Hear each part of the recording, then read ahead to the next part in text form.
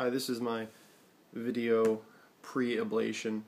I'm going to undergo a catheter ablation, cryogenic catheter ablation on Thursday morning. Making the video because other videos have helped me make my decision to get the ablation based on people's feedback and their pre and post video. So I want to contribute my own. I've had atrial fibrillation since probably 3 years ago, but asymptomatic. My symptoms were intolerance to exercise. I just thought I was a little heavier and out of shape, and that's why I couldn't do what I used to be able to do. So I wrote it off as that. No chest pains, nothing. No fluttering of the heart, nothing like that. Problem sleeping, but that kind of went hand in hand with my prior military position, and so I thought that was just a byproduct of 5 years of shift sleep. So moving forward, since June of 2013, diagnosed with probably persistent AFib. I'm in it all the time, and then basically just intolerance to exercise. No pains, nothing like that. Nothing so alarming that I would go to the doctor to say I'm in bad shape. So I was cardioverted 2 times. Normal rhythm only lasted for about 1 month each time. I believe that alcohol could have played a part in reverting me back to abnormal rhythm, because I'm just saying that to make it a point in case other people have that as a factor in their life. That might be something to think about. So I must seriously consider staying away from all alcohol, and see how long that correlation exists, if it exists at all. So yeah, 2 times cardioverted. Once back to normal rhythm, I can immediately run 35 minutes, 40 minutes easily, and do 30 minutes on the bike prior to a 30-minute run on the treadmill at a nominal speed, 7.0, which I think is pretty good, just for like a day-to-day maintenance. So immediately the tolerance for exercise is back the day after the cardioversion. So so I don't want to be on blood thinners the rest of my life. I don't want to be on rhythm control, rate control.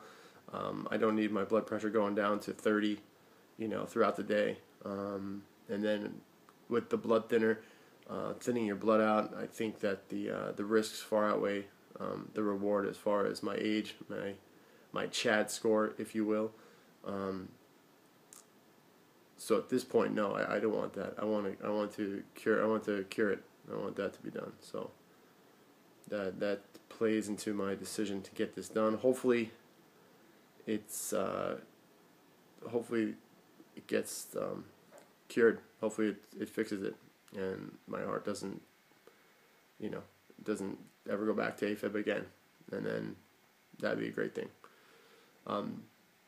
More so, the ablation procedure, I think I'm going to be asleep the whole time, so I'm worried about that. Will I be awake? What if I wake up during the procedure? Those things, probably normal things to fear. Not a high percentage of catastrophic failure, so I'm not too worried about that. And if that's the case, I'm in great hands. So those worries are out the window. I will post a post ablation video as well, just to tell you how I feel,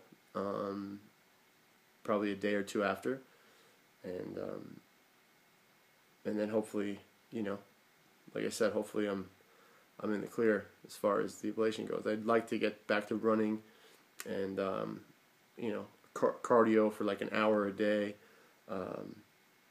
maybe in a week or so, once I'm approved to do so. I'd like to do that, so that's important. Let's see what else. I don't know. I think ultimately, for me, having atrial fibrillation it really just hinders how much I can do athletically. Now that I know that that's the case, and now that I know where my thresholds are, or not necessarily a threshold, maybe a plateau. I have different plateaus now. I can't. I can do certain things for a lot less of the time. So knowing that my limitations, I'm really looking forward to getting back to ice hockey with a heart that beats efficiently, because I can't wait to have that energy.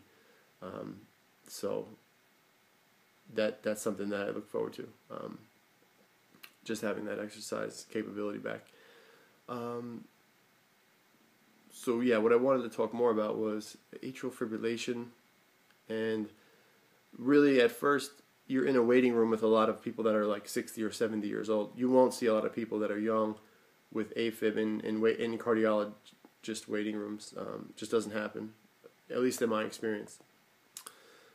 What happens is you feel out of place. You feel like the people on the cover of the medicine are 70 and 80. This is not the face of a young person.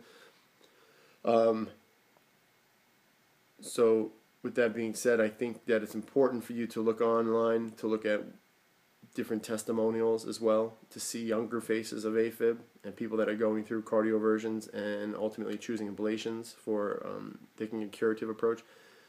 This is something that I think is important, because you want to be comfortable and not feel like you're alone and isolated with the diagnosis. You want to have a connection to comfort, and that won't happen in the waiting room. And I don't know if the doctors realize that. Certainly mine did not. He was an older man, a great doctor, great personality. But he told the electrophysicist line.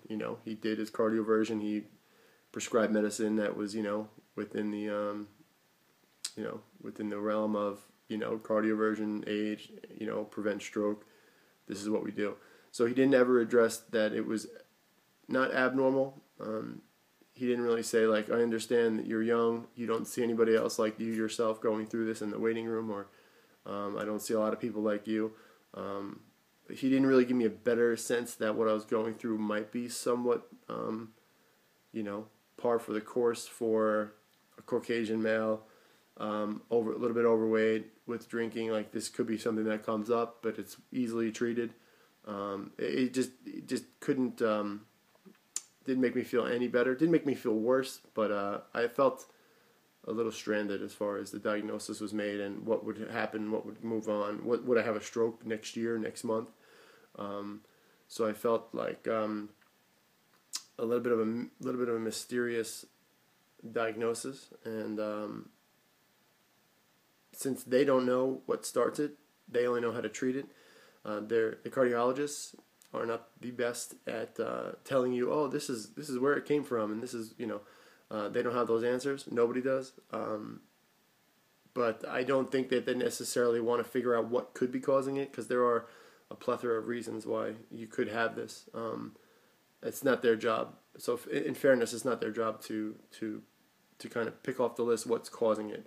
But I do think it's in their best interest as a practitioner, to talk about alternative plans with patients, on what could be causing it. What are the top 3 main causes if they have it? They must have it empirically. They must have it. So I think that kind of turned me off to feeling comfortable with the diagnosis and moving forward with what the best thing would be to do, because I might have chosen the ablation within a month, just to say, hey, let's just ablate, but it is what it is. So I'll have the ablation Thursday morning, 8 o'clock, and then hopefully by 10 a.m. I'm up and awake and back in normal rhythm. My heartbeat's low 40s, and then hopefully it stays that way the rest of my life until I eventually have a heart attack, and I hope I don't have one of those, but yeah, so I just look forward to it working and not being a person who it just doesn't work, and that's really it. And any feedback you have, if there's any questions you want me to answer, post-ablation, or even the process that I've been through over the last 9 months, feel free to post those, and I will definitely, I would love to get back to you and then answer your questions more in depth if I'm just touching on certain topics. As far as medicine goes, I'm on diltiazem for the slowing down the heartbeat, resting the heart so it doesn't beat, out of whack. And I was told I can get off the blood thinner in the meantime and get on an aspirin. So I believe that that's the best decision made because I'm post cardioversion, and what was I doing? What were I taking them for? So I'm on an aspirin a day, but now so that's what I want. But anything else? That's it. So shoot me some feedback. I hope this video made somebody feel better about their situation. I am 36, Caucasian male, and I'm about 255 pounds, 6'6", and I'm probably 20 pounds overweight, and I could be 20 pounds lighter. And I think that the ability to do cardio for an hour a day, unabated, without hitting plateaus, or that force me to do less cardio, that will be a huge difference in the next year of my life, as far as getting my weight down a little bit. But ultimately, my quality of life hasn't been worse. My quality of life is actually, I think, relatively stayed the same. There'll come an age where I can't do athletically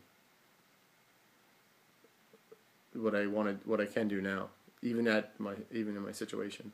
So so please, anything you guys need opinion wise, let me know. Peace.